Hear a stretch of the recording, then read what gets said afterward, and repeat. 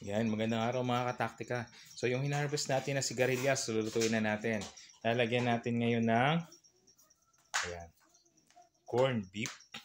So corned beef ang isasahog natin sa ating sigarilyas. Ito mga kataktika, hinarvest ko to, papakain ko sana sa manok.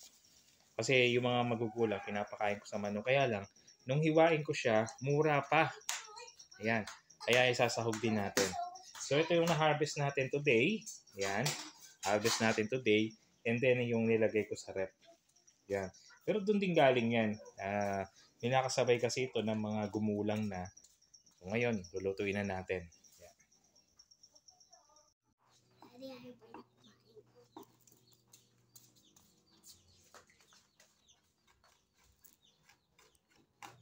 Bawang tayo mga kataktika.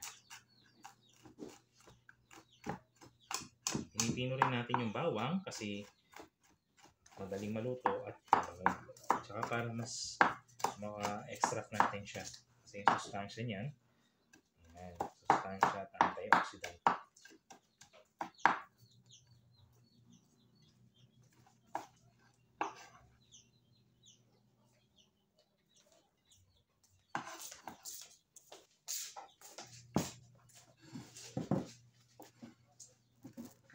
Ito na yung hinarvest natin sigarilyas mga kataktika.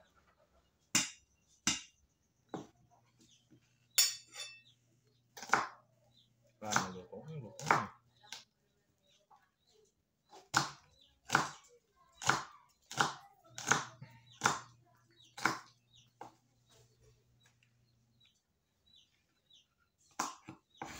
Mga kataktika, dagdag kaalaman tayo sa sigarilyas. Alam nyo ba na ang sigarilyas ay kilala din na halaman na may kakayahang maging sustainable na halaman? Ito ay mabilis lumaki at maaaring maging alternatibong mapagkukunan ng protina at iba pang sustansya pang nutrisyon na maaaring makatulong sa mga programa at seguridad sa pagkain. Yan. At alam nyo rin ba mga kataktika o maaaring dagdag kaalaman mga kataktik na ang sigarilyas ay tumutubo sa iba't ibang uri ng lupa at kabilang dyan tumutubo siya sa mga lupa na mataas ang asid. Yan. Dahil dito maaari itong itanim sa mga lugar na may iba't ibang kondisyon ng lupa. Nagbubukas din ito ng maraming oportunidad para sa pang-agrikultura. At bukod sa mapagkukuhanan ng pagkain, ang sigarilyas ay magandang halaman na may kulay asul at violet na mga bulaklak. Nakita nyo kanina mga kataktika, sabi ko sa inyo ang ganda ng mga bulaklak eh. Ang bulaklak na ito ay nagbibigay ng magandang tanawin sa ating bakuran at halamanan. At dahil nga sa kakaibang anyo nito na para may palikpik na parang pakpak, madaling makilala o ma-identify ang halamang sigarilyas mga kataktika. At dagdag kaalaman pa mga kataktika, alam nyo ba na ang sigarilyas ay sinasama rin pala sa ilang panitikan tulad ng tula at awit? Bagay, nasa bahay kubo nga ang sigarilyas. Di ba mga kataktika? Sa ilalim ng folk literature ng ilang kultura, ang kanyang pagiging bahagi ng lokal na karanasan ay nagbibigay ng kultura at kasaysayan sa halamang ito. At kung pag-uusapan ng pagninegosyo, alam nyo rin ba mga kataktika na maaari palang gamitin ang sigarilyas para sa paggawa ng iba't ibang produkto tulad ng sabon, pampaganda o iba pang produktong pangkalusugan. At heto naman ang ilang lutuin na pupwede sa sigarilyas. Adobong sigarilyas. Yan, pwede itong lutuin ng adobo, ayan, sa pamamagitan ng paggigisa sa bawang, sibuyas, toyo, suka at mga pampalasa tulad ng laurel at paminta. Ang adobong sigarilyas ay magiging malasa at maasim-asim. Yan. O mga kataktika, yan, mag-ready na tayo ng ating sigarilyas con corned beef with inihaw na isda. Dagdag recipe tayo. Ginisang sigarilyas. Ang simpleng ginisa ng sigarilyas sa bawang, sibuyas, kamatis at konting asin paminta ay maaaring magiging mas masarap at malusog. Pwede rin itong dagdagan ng giniling na karne para sa karagdagang lasa. At pwede rin gawing salad. Hilaw na sigarilyas ay maaaring maging masarap na sangkap sa gulay na salad. Yan, pwedeng isama ang iba't ibang uring sariwang gulay, halaman at dressing. Lagay na natin si kamatis. Yan, gisa-gisa, sibuyas, bawang, kamatis mga kataktika. At alam nyo rin ba na pwede rin ang pritong sigarilyas? Yan, maaaring iprito ang sigarilyas at gawing crunchy sa snack. Maaari itong dagdagan ng manghang na pampalasa at gamitin na sangkap sa paggawa ng spring roll. At ito pa, sigarilyas na may gata. Ayan mga kataktika. Maaaring iluto ang sigarilyas sa gata ng nyog para maging mas creamy at masarap. Pwede ring isama ang iba't ibang pampalasa tulad ng luya, bawang at sili. Kasarap naman, kakagutom ha. Sigarilyas na bagnet.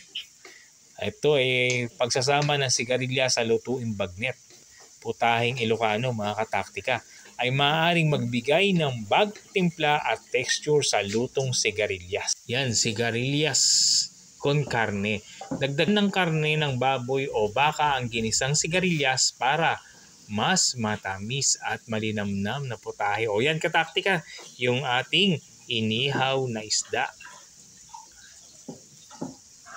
Mga kataktika, almost sa luto na itong ating sibuyas bawang at makita nyo. Ayan, medyo saucy na ang ating sibuyas bawang kamatis.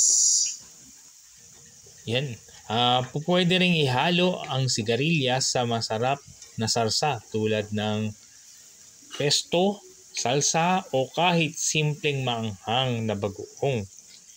Sarap nakakatakam. Sa kabuuan mga kataktika, ang sigarilyas ay isang halaman may taglay na napakaraming benepisyo at potensyal na gamitin sa iba't ibang larangan. Mula sa pangangailangan sa pagkain, sa ekonomiya hanggang sa aspetong pangkultura, pang-agrikultura at medisina. Yan mga kataktika ang advantage at benepisyo ng sigarilyas.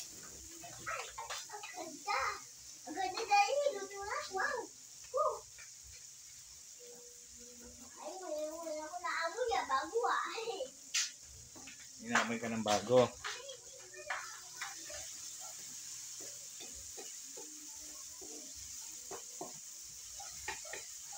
Yan mga kataktika, naaboy na raw ni Baby Pananak yung ating nilulutong ginisang sigarilyas. At eto na mga kataktika, eto yung ilalagay natin, Pure Food Star Corn Beef.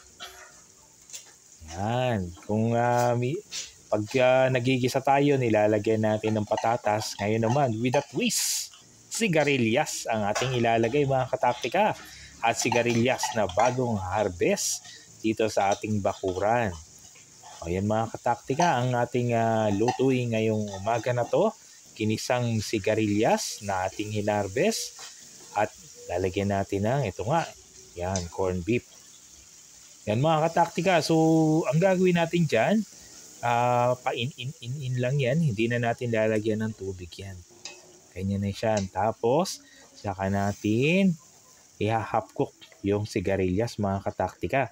At alam naman natin, pag ang gulay ay bagong harvest, manamis-namis yan. Ito na, lagay na natin itong ating na-harvest na sigarilyas. At saka pwede naman itong gawing salad So half cook lang, malutong-lutong na sigarilyas with corned beef. Itong ating lutuin ngayong araw na to. Sana inyong naibigan itong ating niluluto na sigarilyas with corned beef. At sana naibigan nyo rin ang mga benepisyo, advantage at dagdag kaalaman sa halamang sigarilyas mga kataktika. Ayan, kayo comment down below. Ano ba ang inyong gustong luto para sa sigarilyas?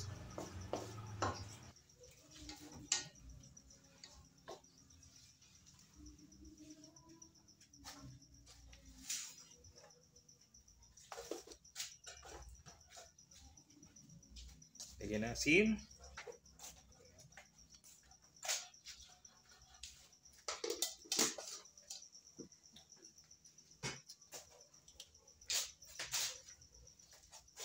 timplahan ayon sa inyong panlasa mga kataktika.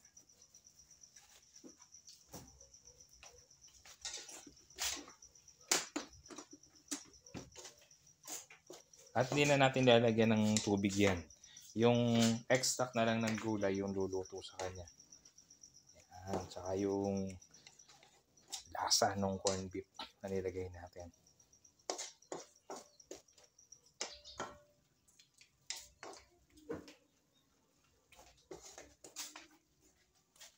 Takpan natin hanggang maluto.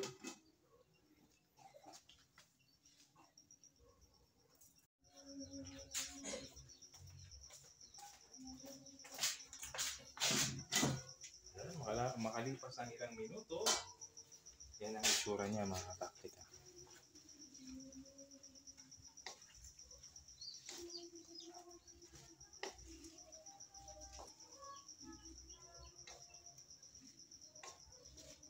Fresh harvest naman itong sigarilyas natin, kaya okay yan, malutong-lutong mga kataktika.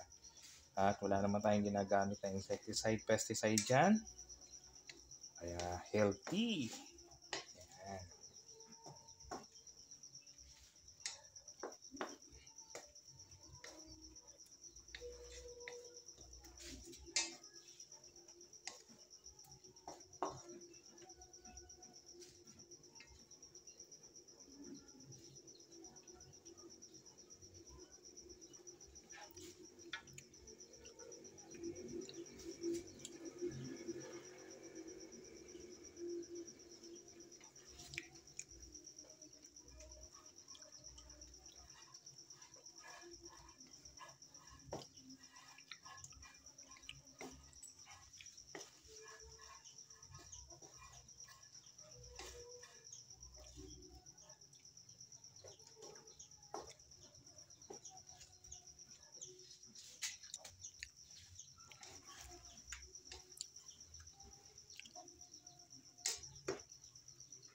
Yun lang mga kataktika. Okay na to.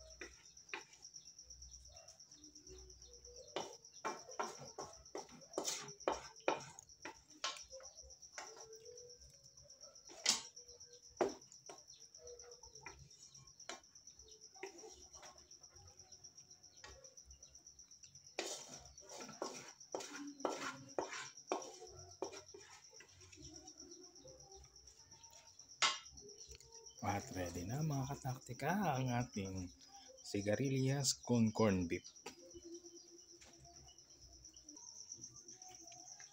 Yun na mga kataktika yung ating sigarilyas con corned beef. Mayroon siyang kasamang inihaw na isda mga kataktika. Yan. Sana inyong naibigan ang ating simpleng ulam na niluto ngayon. Sigarilyas con corned beef at inihaw na tilapia. Mga kataktika, kainan na!